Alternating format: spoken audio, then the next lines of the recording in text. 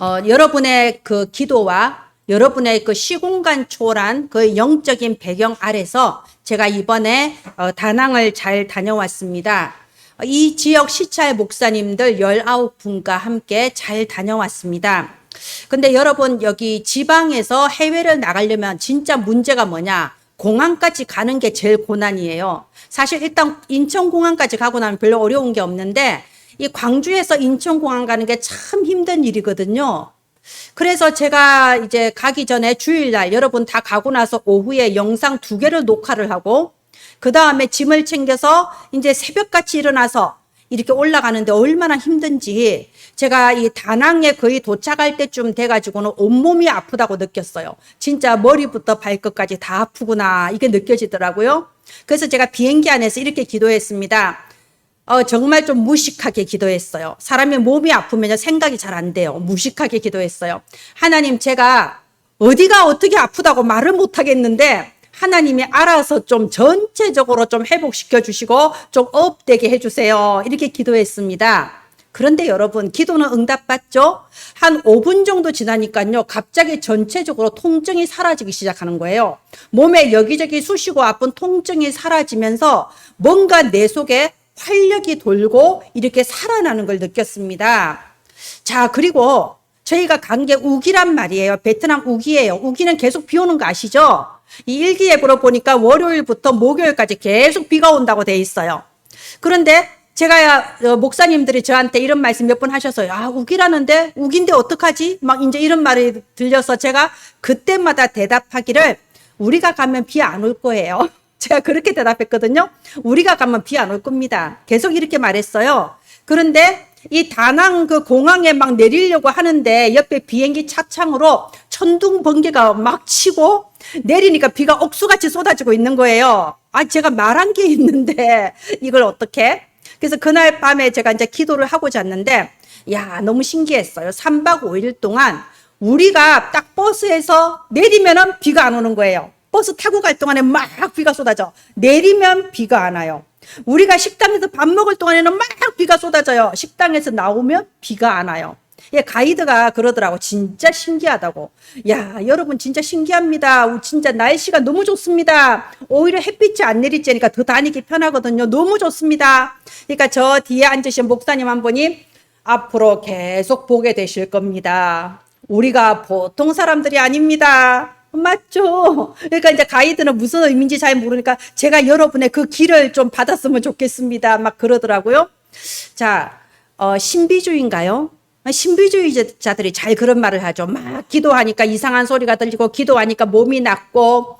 여러분, 신비주의가 아니고요. 이거는 당연한 응답이에요. 우리가 예수 그리스도 언약을 붙잡은 하나님이 원하시는 이 피언약 붙잡은 사람에게는요, 받을 수밖에 없는 당연한 응답이에요. 그런데 왜 이게 비정상으로 이상하게 들리냐? 많은 기독교인들이 비정상이라서 그래요. 병들어 있는 상태입니다. 여러분들이 지금까지 본 여러 중직자들과 여러 교회 다니는 교인들을 보면서 아, 기독교가 저런 건가 보다 오해하시면 안 됩니다. 하나님의 자녀는 응답받게 되어 있어요. 당연합니다. 우리는 성령께서 함께 하시는 존재입니다. 많은 사람들이 오해를 해요. 정말로 하나님을 위해서, 교회를 위해서 충성 봉사해야 되고, 새벽부터 기도를 열나게 해야 되고, 금식을 해야 되고, 내 몸을 쳐서 예수님이 십자가에 못 박히신 것처럼 내가 고난을 받아야 응답이 한번 올까 말까, 이렇게 오해와 착각을 해요. 그래서 저쪽 천주교가 들어가 있는 필리핀, 페루 이쪽으로는요, 매번 그 예수님 십자가에 달리신 그 성금요일이라고 하죠. 고난의 성금요일. 그때가 되면요, 1명 정도는 대표가 돼서 실제로 십자가에 못 박힌다네요. 아니, 그 뭔 일이요? 아니, 그래가지고 전부 다 거꾸로 해석하는 거야. 예수님이 십자가에 못 박히심으로 해서 우리를 해방시켜 주셨는데 왜 지가 또 못 박히냐고. 못 박히면 주변의 사람들이 또 그 사람을 막 들고 시가를 행진한대요. 마침 그게 잘 섬기는 거라고 믿어. 제가 봤을 때는 그거는 우리나라 민족이 5,000년 동안 우상 숭배하면서 아침마다 새벽에 일어나서 정한수 물 떠나가 부뚜막에 올려놓고 비나이다 비나이다 비나이다 정성을 들이고 완전히 이게 이게 쌓고 닦고 노력해야 뭔가 된다라는 그런 우상 숭배하던 종교 체질을 그대로 가지고 예수님을 믿는 거예요. 그래서 마치 그렇게 정성을 들이고 덕을 쌓아야지 복이 온다 이런 생각을 그대로 가지고 기독교를 믿는다니까요. 이 기독교의 오해입니다, 여러분. 여러분 이런 유머 아시죠? 나폴레옹이 이제 저 스위스의 알프스 산맥을 넘어가야 100만 대군을 이끌고 알프스 산맥을 올라가는데 얼마나 힘듭니까? 그래서 눈보라를 헤치고 추위를 헤치고 죽을 고생을 해서 험준한 산맥을 올라가서 드디어 산 꼭대기에 딱 올라갔어요. 근데 나폴레옹이 이렇게 말했대요. 이 산이 아닌가벼? 그래서 그중에 50만이 너무 허탈하고 충격받아서 죽어버렸답니다. 자, 다시 내려와서 저 산을 향해 갔어요. 저 산을 향하여 정말로 험준한 산맥을 온갖 고생을 하면서 고행을 하면서 있는 힘을 다해서 딱 산꼭대기 올라가는데 나폴레옹이 또 그래요. 아까 그 산이 맞는가벼? 그래서 남은 50만도 충격으로 맞아 죽어버렸다는 유머가 있습니다. 여러분 신앙생활이 그래요. 정말 이게 맞는 길인가 보다. 내가 후손을 위해서 정말 노력한다. 죽을 고생을 다해서 교회를 위해 하나님 위해 목사님을 위해 섬기십니다. 평생 신앙생활 했습니다. 나는 힘들어도 언젠가 좋은 날이 오겠지. 볕볼 날이 오겠지. 그런데 마지막 천국 문 앞에 섰을 때 이 산이 아닌가벼? 아까 그 산이 맞는가벼? 이러면 얼마나 허망합니까? 이 말이 뭐냐? 우리가 신앙생활을 하는 데 있어서 열심히 다가 아니라는 거예요. 중요한 핵심이 따로 있다는 거예요. 하나님이 주시고 하나님이 원하시는 그 핵심을 잘 잡아야 되는 겁니다. 이 핵심을 잘 잡으면요, 당연히 응답이 오게 되어 있어요. 반대로 아무리 열심히 신앙생활해도 내가 핵심을 놓쳤다, 당연히 응답이 안 오게 돼 있어요. 가는 데마다 실패하게 돼 있습니다. 그러면서 계속 오해하는 거예요. 하나님은 내가 고난 받기를 원하셔. 하나님은 계속 나를 이렇게 버티고 억지로 이겨나가서 인내하기를 원하셔. 오해입니다. 여러분 그게 기독교가 아니에요. 모든 고난과 고통은 십자가에서 끝내셨다니까요. 예수님이 끝내셨습니다. 다 이루었다 하셨잖아요. 그래서 우리는 핵심을 잘 잡아야 돼요. 자, 핵심이 뭐냐? 하나님은 말씀으로 천지를 창조하셨습니다. 그지요? 그리고 요한복음 1장에 보면요, 이 말씀이 곧 하나님이시라 했습니다. 하나님은 눈에 형상이 없습니다. 보이지 않습니다. 말씀이 하나님이시고 이 말씀으로 천지를 창조하셨으며 지금 또 말씀대로 이루고 계십니다. 그래서 우리 신학자들이 연구한 바에 따르면 이 성경 속에서 약 7천여 개의 약속이 성취되었다 하면서 나와 있어요. 우리가 그거 7천 개 일일이 다 말 안 해도 알잖아요. 하나님 말씀은 지금 또 성취가 되고 있습니다. 저 애굽 보세요. 여러분 구약 시대에는요, 애굽이 어마어마한 나라였어요. 지금 미국 같은 그런 나라였어요. 애굽이 한번 슬쩍 치면 이스라엘은 휘청휘청 해버린다니까요. 그런데 그 애굽이 지금 어떻게 됐습니까? 구약 성경의 애굽이 어떻게 될 거라고 했습니까? 그대로 된 겁니다. 바벨론 제국, 그때 바벨론 제국 어마어마한 나라였어요. 그런데 성경에는요, 바벨론이 멸망할 거라고 했어요. 지금 바벨론 제국 흔적도 없잖아요. 그죠? 에베소, 여러분 에베소 아시죠? 성경에는 에베소가 자주 나와요. 이 에베소는 터키에 있는 어떤 지방의 이름입니다. 그런데 이 에베소 교회에 대해서 주님이 뭐라고 하셨나요? 계시록에 보면 우리 지난주 말씀 나눴죠? 네가 뜨겁지도 차갑지도 않고 미지근하여서 내가 너를 토하여 버리리라. 내가 너에게서 촛대를 옮기겠다. 지금 에베소에는 교회가 하나도 없습니다. 완전히 이슬람화가 되어버렸습니다. 예루살렘 보세요. 자, 예루살렘의 성전이 재건이 안 되고 있어요. 여러분 지금 또 전쟁이 일어나고 있잖아요. 이스라엘 사람들이 얼마나 힘 있는 사람들이게요. 미국의 맨해튼의 그 고층 건물들 중에 40%가 유대인들 거라요. 이스라엘 사람들 거예요. 그리고 아시다시피 문화, 경제, 정치 다 유대인들이 붙잡고 흔들고 있어요. 그래서 미국이 강대국이지만 사실은 미국을 움직이는 사람들이 유대인들이에요. 그래서 이번에도 전쟁 났을 때 바로 미국이 항공모함 보내버리잖아요. 우리는 이스라엘 편이다. 바로 딱 드러내버리잖아요. 그죠? 그런데 이렇게 힘있고 권세 있는 이 유대인들이 지금 또 그 조그마한 예루살렘 성전 하나를 재건을 못하고 있습니다. 지금 또 돌 하나를 못 올리고 있어요. 왜 그럴까요? 하나님의 말씀에 돌 위에 돌 하나도 남지 않으리라. 절대로 성전이 재건되지 못할 거라고 선포를 하셨어요. 여러분, 아무리 몸부림치고 온갖 방법을 다 써도 하나님의 말씀이 아니다라고 하면 아닌 거예요. 하나님이 된다 하시면 태풍이 불고 지진이 나도 하나님의 말씀대로 이루어지는 겁니다. 이렇게 하나님의 말씀이시고 말씀은 반드시 이루어지는데 이 말씀에 핵심이 있다는 거예요.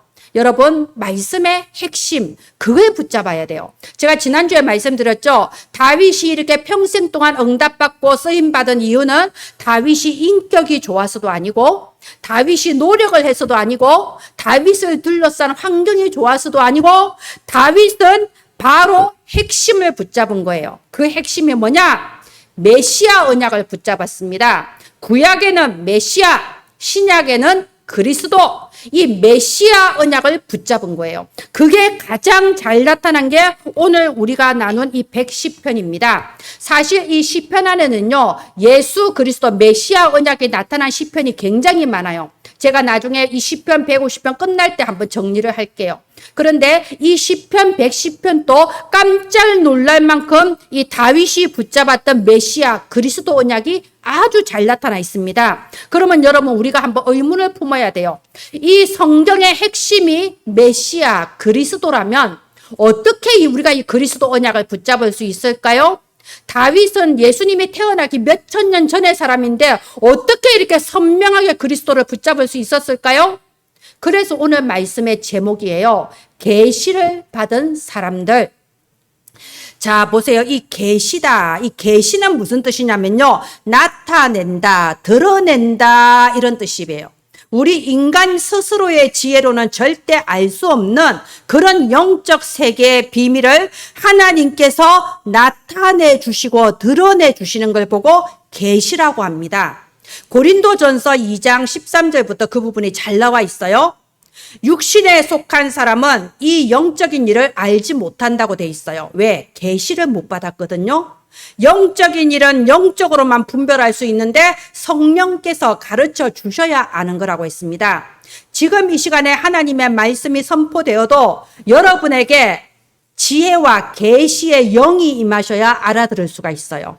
여러분에게 성령의 조명이 비춰야 알아들을 수 있어요. 여러분, 조명은요, 어두운 곳에 환하게 밝혀주는 게 조명 아닙니까? 우리가 하나님 말씀을 다 같이 한 자리에 앉아서 들어도 조명이 비춰줘야 돼요. 성령께서 여러분의 마음에 환한 조명을 비춰주면요, 이 다윗이 깨달았던 것처럼 여러분에게 예수는 그리스도, 하나님이 보내신 유일한 메시아, 이 언약이 여러분 마음속에 밝히 환하게 딱 드러나는 겁니다. 그래서 여러분, 이 시간에 예배드리는 이 시간은 뭐 하는 시간이냐?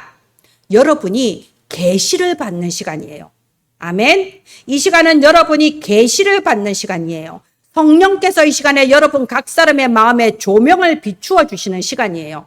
하나님의 말씀, 그 중에 핵심 그리스도 언약이 여러분에게 충만하게, 완벽하게, 분명하게 담기어지는 시간 되기를 바랍니다. 자, 여기 우리 1절 한번 봅시다. 시편 110편 1절 보세요. 여호와께서 내 주에게 말씀하시기를. 여러분, 이상하죠?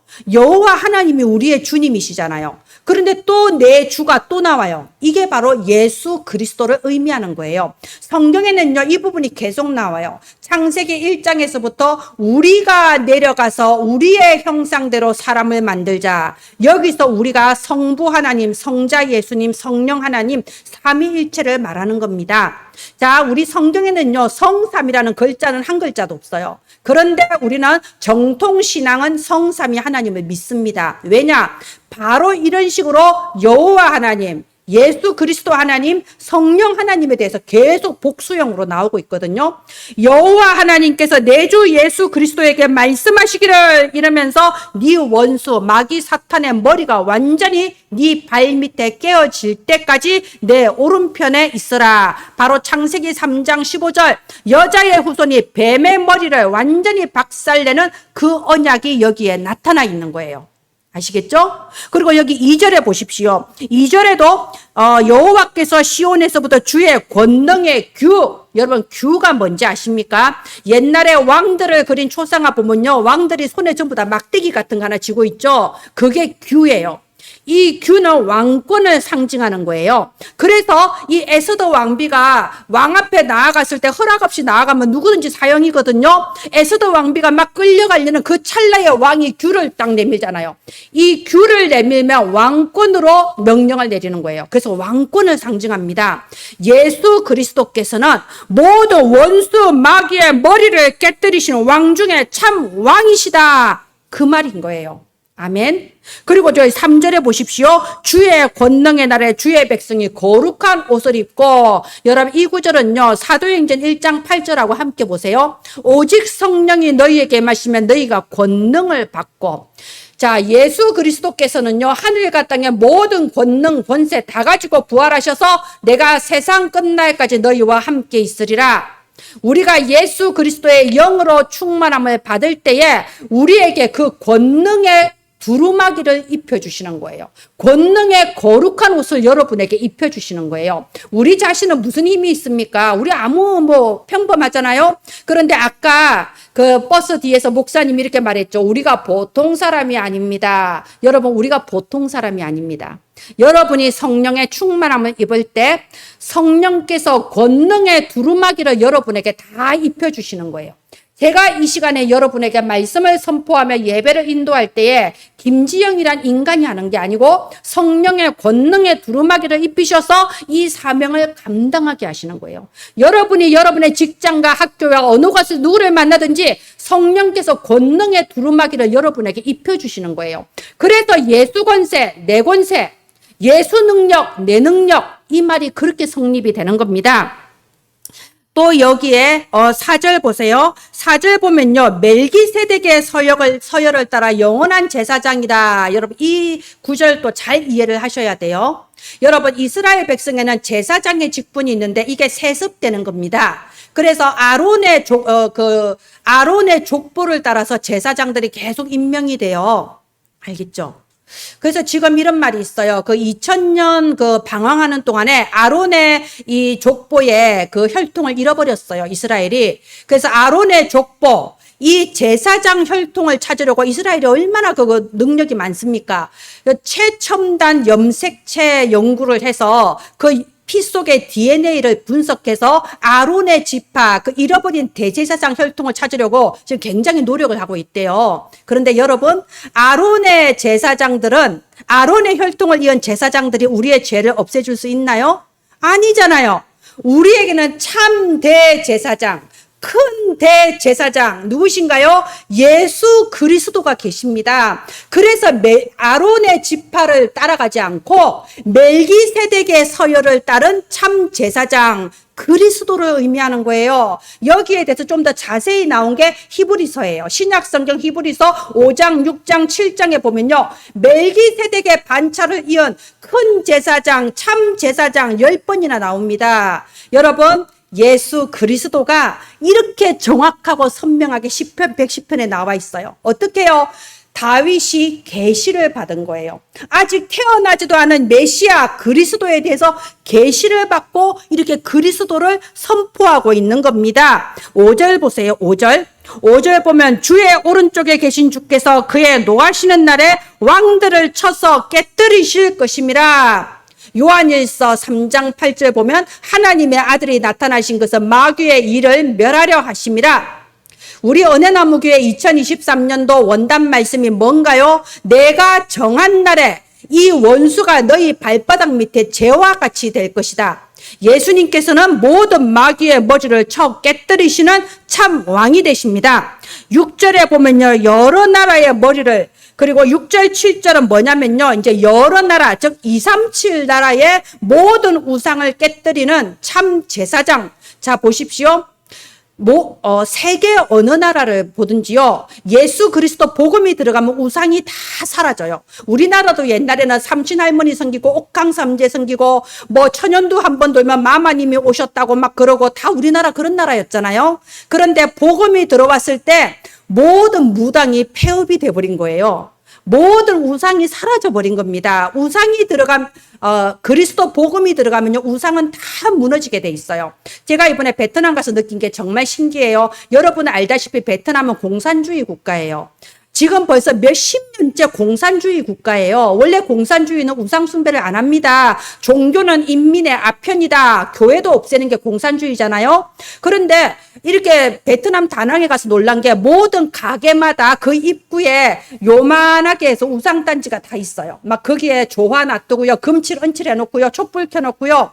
야, 공산주의 몇십 년에도 이 질긴 우상은 안 없어지네. 제가 그걸 봤다니까요. 근데 우상이 언제 무너지냐? 그리스도 복음 들어가면 우상은 무너집니다. 그래서 여러 나라의 그 왕들의 머리를 쳐서 깨뜨리신다고 하는 겁니다. 237 나라 세계복음화, 모든 우상을 끊고 하나님만 만나도록 길을 열어주신 참 선지자. 그래서 이 다윗이 이 110편을 보면요, 메시아 언약을 확실하게 붙잡았어요. 그러니까 당연히 응답받을 수밖에 없는 거예요. 천안 목동에서 몸을 일으켜서 이스라엘 최고의 왕이 될 만큼 당연한 응답을 받은 겁니다. 여러분, 우리가 교회를 아무리 열심히 다녀도요, 헛된 거 쫓아가면요, 진짜 이 산이 아닌가벼 이렇게 되는 겁니다. 누가복음 24장 한번 보세요. 누가복음 24장이 보면요, 이 예수님이 십자가에 못 박히신 후에 제자들이 완전히 낙심하고 실망해서 자기 고향 엠마오로 가는 장면이 나옵니다. 이 엠마오는 뭐냐? 성도들이 낙심하고 실망해서 무너진 게 엠마오예요. 아이고, 예수님 십자가에 못 박혔으니까 이제 다 끝났다 하면서 엠마오로 돌아가는데, 그때에 여기에 예수님, 부활하신 예수님이 딱 나타나신 거예요. 부활하신 예수님이 나타나셔서 뭐라고 하시냐? 누가복음 24장 25절에 보면 미련하고 선지자들이 말한 모든 것을 마음에 드디 믿는 자들이요. 여러분, 유대인들은요, 구약 성경에 대해서 능통했어요. 창세기부터 말라기서까지 구약 성경 다 알았어요. 그런데 그렇게 성경 다 알면 뭐합니까? 그 속에 핵심 메시아 언약은 놓쳐버렸거든요. 그래서 예수님 말씀하시는 거예요. 미련한 자들아, 이 선지자들이 말한 성경을 더디게 믿는 자들아. 그러면서 뭐라고 말씀하시냐? 27절 보면요, 모세와 모든 선지자의 글로 시작하여서 모든 성경에 쓴 바 자기에 관한 것을 자세히 설명했다 돼 있습니다. 여러분, 여기서 모세의 글은요, 모세오경을 말해요. 창세기, 출애굽기, 레위기, 민수기, 신명기. 선지자의 글은 대선지서, 소선지서, 저 다니엘서, 이사야서, 말라기서, 학개서, 이 모든 구약의 선지서를 말해요. 쉽게 말해 구약 성경 전체 다 말하는 거예요. 예수님이 엠마오로 내려가는 성도들에게 찾아가서 이걸 가르친 거예요. 저 구약 성경 창세기부터 말라기까지 전부 다 나에 대해서 말한 거다. 예수 그리스도에 대한 말한 거다. 그런데 어떻게 그걸 모르냐? 이 미련하고 더딘 자들아, 지금 그 말을 하고 있는 겁니다. 여러분, 아무리 성경 공부 열심히 하고 아무리 신학대학원을 다 해도요, 성경 속에서 그리스도 언약을 발견하지 못하면 헛거예요. 전부 다 뭡니까? 전부 족보잖아요. 누가 누구를 낳고, 누가 누구를 낳고, 누가 누구를 낳고. 아니, 우리 집안 족보도 못 외우면서 그런 족보 읽어서 뭐 하게요? 또 보면 전부 이스라엘 역사잖아요. 열왕기상, 열왕기하, 사무엘상 다 이스라엘 역사예요. 아니, 우리나라 국사도 못하면서 무슨 이스라엘 나라 역사 알아서 뭐 하게요? 그래서 이런 예수 그리스도라는 핵심을 알지 못하면 성경 공부 아무리 해봤자 헛거라니까요. 여러분, 그래서 예수님이 지금 가르쳐 주신 거예요. 자기에 관한 것을 알려주심이라. 성경 속에서 그리스도라는 핵심을 발견하기를 바랍니다. 저와 여러분이 다윗처럼 이런 계시를 받은 사람이에요.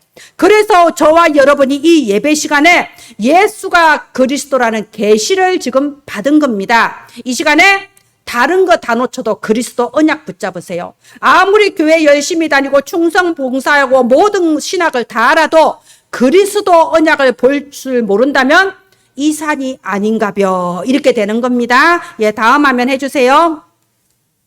이걸 실제로 알아야 됩니다.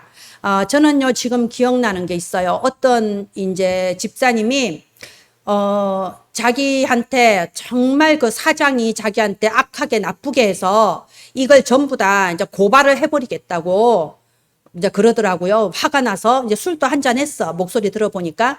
그래서 제가 그렇게 말했어요. 아니 봐라, 그 사람이 창세기 3장의 원죄를 가지고 불신자 12가지 상태 속에 사는 사람인데 그럴 수밖에 없지 않냐. 불쌍하게 여겨야지. 제가 이렇게 말했거든요. 그러니까 그분이 딱 하는 말이 제가 아직도 기억나요. 평생 기억날 것 같아요. 목사님, 제가 그걸 모르겠어요? 그래서 제가 더 이상 말을 안 했어요. 그냥 모르겠습니까? 이렇게 맨날 말하는데 사람을 보면 그 사람의 원죄와 과거와 배경 우리가 모릅니까? 다 알죠? 알면 뭐합니까? 그게 진짜 아는 건가요?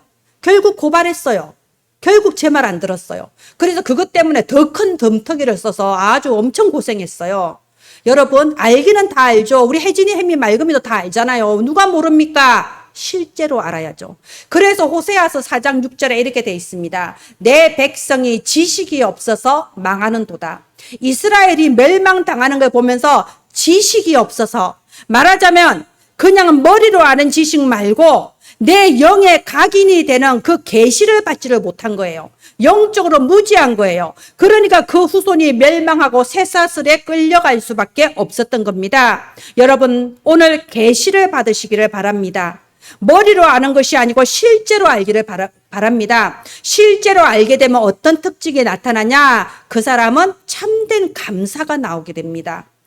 다윗이 그랬잖아요. 왜 이렇게 이스라엘에 재앙이 그치지를 않냐? 여러분, 왜 우리 집안에는 재앙이 자꾸 들이닥칠까요? 왜 나의 영적 문제는 해결이 안 될까요? 왜 내가 있는 직장은 이렇게도 문제가 많고 이렇게 이상한 사람들만 가득할까요?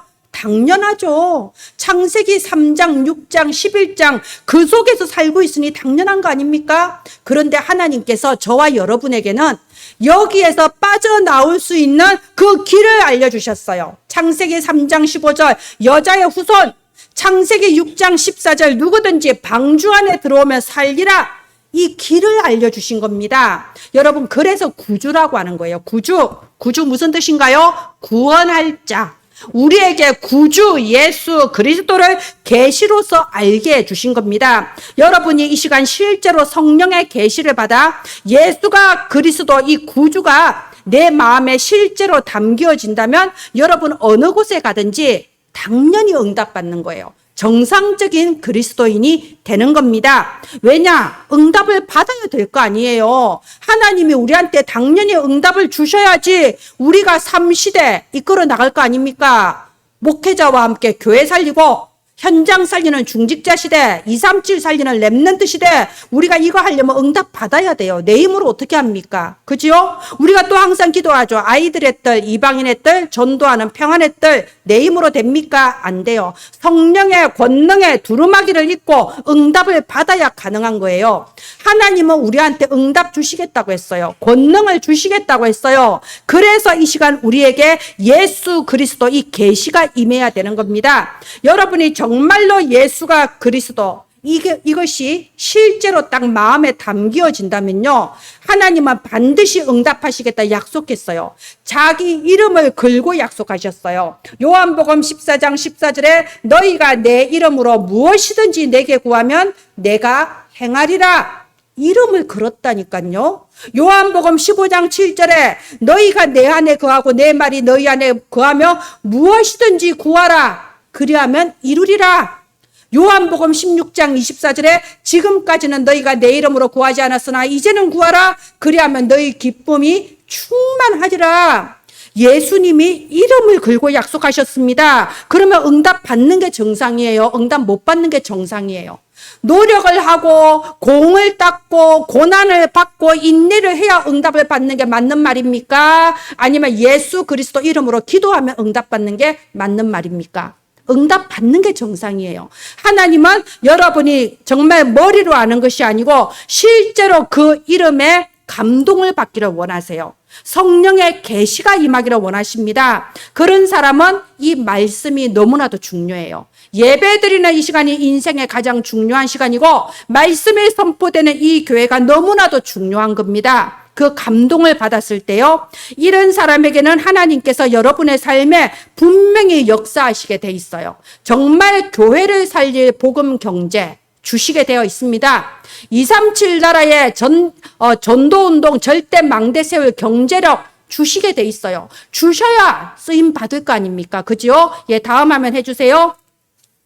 그리고 이것을 현장에서 계속 발견하는 게 정상이에요. 다윗은 현장에서 이걸 계속 발견했어요. 계속 발견했다 이 말은요, 계속해서 응답을 받았다는 뜻입니다. 여러분, 제가 어린이 수련회 등록을 한 14년 동안 했습니다. 그 어느 해가 생각나요. 한 중간쯤이었던 것 같은데 어떤 나이 든 여자 전도사님이 전화를 해서 지금 등록이 끝났는데 마감됐는데 내가 꼭 가고 싶다는 거예요. 내가 어린이 수련회 꼭 가고 싶대요. 근데 얘기를 들어보니 어린이가 한 명도 없어요. 자기 혼자 오고 싶다는 거예요. 그런데 제가 이게 이 성령의 계시가 있잖아요. 제가 이분이 오면 안 되겠더라고. 그래서 제가 말했거든요. 아니, 다음 해, 내년에 오십시오. 올해는 마감됐습니다. 그냥 기도만 해주세요. 근데 꼭 오시고 싶다는 거예요. 그래서 제가 몇 번 만류를 하다가 하도 오시고 싶다니까 이제 결국 등록을 받아줬어요. 아니나 다를까. 그분이 어린이 수련회 시작하고 첫날에 덕평 수련회에서 내려가는 그 계단에서 굴러가지고 다리가 이게 발이 삐어버린 거예요. 바로 병원 갔어요. 이제 하루 개강 예배 드리고 바로 가버리신 거예요. 그러니까 안 되겠더라고. 제가 전화를 받는데 느낌이 이분이 정말 문제를 당하거나 문제를 일으키거나 딱 그런 느낌이 들었어요. 여러분, 이게 뭐냐면요, 체질 문제거든요. 예수 믿으면 구원받습니다. 그런데 체질은 잘 안 변해요. 말하자면 예수 그리스도 내 머리에 귀로 듣고 머리에 담았지만 내 마음과 생각의 체질이 바뀌지 않으면요, 항상 조심해야 돼요. 뭘 먹어도 조심해야 돼요. 체할 수 있어요. 뭘 사도 조심해야 돼요. 불량품을 산다니까요. 이게 체질이라는 거예요. 대표적인 체질이 신비주의, 율법주의, 인본주의. 신비주의는 이제 한탕주의예요. 무조건 그냥 합리성 없이 그냥 되겠지. 율법주의는 글자 하나하나 가지고 따져서 잘했니 못했니 맞니 그러니 따지는 거. 인본주의는 아이고 어차피 응답도 안 오고 뭐 하나님 살아계신지 죽어 계신지 모르겠고 교회 안에서 성도들하고 사이좋게 지내자, 어떻게 하면 내가 좀 인정을 받을까. 인본주의. 이게 신비주의, 율법주의, 인본주의인데요. 이게 체질이거든요. 말하자면 계시를 받지 못한 거예요. 그 영혼에 그리스도 언약이 담겨지지를 않은 거예요. 그러면 뭔가 자기 체질대로 해보지만 계속 문제가 생기고 실패하는 겁니다. 여러분, 우리가 어떻게 하면 우리가 복음 체질, 정말 하나님의 능력과 응답을 누리는 체질이 될 수 있을까요? 이게 말을 듣는 것만으로는 안 되고요. 현장에서 계속 발견하는 그 비밀이 있어야 돼요. 말하자면 예배 시간에 말씀은 듣고 아멘 하는데 현장에서 무슨 일이 생기면 앞당겨서 걱정하고 안 될 거라고 부정적인 말을 하고, 이게 체질이거든요. 이건 계속 내가 응답을 받아야 돼. 계속 응답받고 확인하고 발견하고 이게 되풀이 되면서 조금씩 이 체질이 바뀌어 나가는 거예요. 이 광야 이스라엘 백성이 그랬잖아요. 처음에 안 믿었어요. 어떻게 시킨 대로 피도 발랐고 어떻게 시킨 대로 홍해도 갈랐는데 무려 40년을 불신앙을 하면서 갔다니까요. 그런데 계속 증거가 왔잖아요. 그러니까 결국은 체질이 바뀌었습니다. 여러분, 우리의 체질이 바뀌려면요, 결국 이 예배 시간이 아니고 여러분의 삶의 현장이 중요해요. 여러분, 현장에서 계속 발견해야 됩니다. 현장에서 예수는 그리스도, 이 언약이 확실하다면 여러분에게 세상이 모르는 영적인 힘이 생기게 되고요. 여러분의 모든 가는 곳마다 세상 사람들은 모르는 하나님의 응답을 계속 발견하게 되어 있습니다. 예, 마지막 해주세요. 성령의 조명이 오늘 저와 여러분에게 임하셔서 정말 중요한 눈이 떠여지게 되기를 바랍니다. 여기 3절 보십시오. 시편 110편 3절에 보면요, 주님의 새벽 이슬 같은 주님의 청년들이 나온다고 되어 있습니다. 여러분, 다윗은 살아있을 때 많은 어려움을 겪었어요. 정말 이럴 수가 있나 기가 막힌 일들을 많이 겪었습니다. 그런데 다윗은 그 속에서 눈이 열렸던 거예요. 계시를 받은 겁니다. 그랬을 때 하나님께서 주신 미래를 보는 눈, 사명의 눈이 열려서 성전을 건축했어요. 왜요? 새벽 이슬 같은 주의 청년들이 나올 것이다. 여기에 대한 미래의 눈을 확실하게 받기 때문에 그 새벽 이슬 같은 청년들을 위해서 성전을 건축한 겁니다. 여러분도 여러분의 삶 속에 정말 복잡한 일, 정말 위기다, 심각하다, 말을 못하겠지만 힘들다. 이런 일 많을 거예요. 여러분 이 시간 눈이 열리기를 바랍니다. 새벽 이슬 같은 주의 청년들이 나타나는 그날이 반드시 옵니다. 연약하고 가난한 여러분을 통하여서 아이들의 딸, 이방인의 딸, 전도하는 평안의 딸을 만드는 그날, 교회 살리는 목회자 시대, 현장 살리는 중직자 시대, 237 살리는 렘넌트 시대, 그 시대의 응답을 이끌어 나가는 주역이 되는 그날이 여러분에게 반드시 옵니다. 아무리 열심히 해도 언약을 잘못 잡으면요, 반드시 실패의 자리에 있게 돼요. 그러나 연약하고 무능하고 아무것도 할 수 없는 우리들이지만 우리가 예수 그리스도 복음 하나 붙잡을 때 여러분의 가문의 모든 재앙이 무너지고 영적 문제가 끝이 나며 주의 새벽 이슬 같은 청년들이 일어나게 될 것입니다. 여러분이 다니는 학교에, 여러분 다니는 직장에, 여러분이 있는 가정과 가문에 주의 새벽 이슬 같은 청년들이, 이 은혜나무 교회에 주의 새벽 이슬 같은 청년들이 일어나게 될 줄을 믿습니다. 그렇다면 여러분 오늘부터 또 새 시작이에요. 오늘부터 리스타트, 4가지 실천사항 여기 나와 있죠. 첫 번째, 여러분 오늘부터 여러분 모든 두려움을 버려버리세요. 나는 아무것도 안 무서운데요. 여러분 걱정, 근심, 염려하는 게 두려움이에요. 이렇게 되면 어떡하나? 여러분 속에 모든 두려움을 떨쳐버리세요. 아무것도 두려워하지 마세요. 여러분은 두려워할 존재가 아니에요. 여러분은 성령께서 함께 하시는 하나님의 자녀입니다. 두 번째, 정시기도의 능력을 누리세요. 여러분이 조용히 정시기도하는 그 시간에 모든 것이 시작됩니다. 내일부터 초닷새 집중 마음에 담으시고 이 능력과 축복을 누리시기 바랍니다. 세 번째, 무시기도의 즐거움을 누리세요. 그러면 여러분 가는 곳마다 하나님이 다 준비해 놓으셨다 발견하게 될 거예요. 이게 무시기도의 즐거움입니다. 네 번째, 여러분 기능 선교를 준비하십시오. 하나님께서 여러분에게 그 기능을 익히게 하시고 여러분에게 그 직장을 주신 건 이유가 있어요. 아무리 초라해 보이고 별 볼 일 없는 것 같아도요, 하나님께서 여러분 그곳에 보내셨어요. 그러면 여기에서 300% 하세요. 300% 일하세요. 우리 예원이는 300%로 공부하세요. 하나님이 보내셨어요. 알겠죠, 여러분? 300%로 해서 그곳에서 대체 불가능한 사람이 되는 겁니다.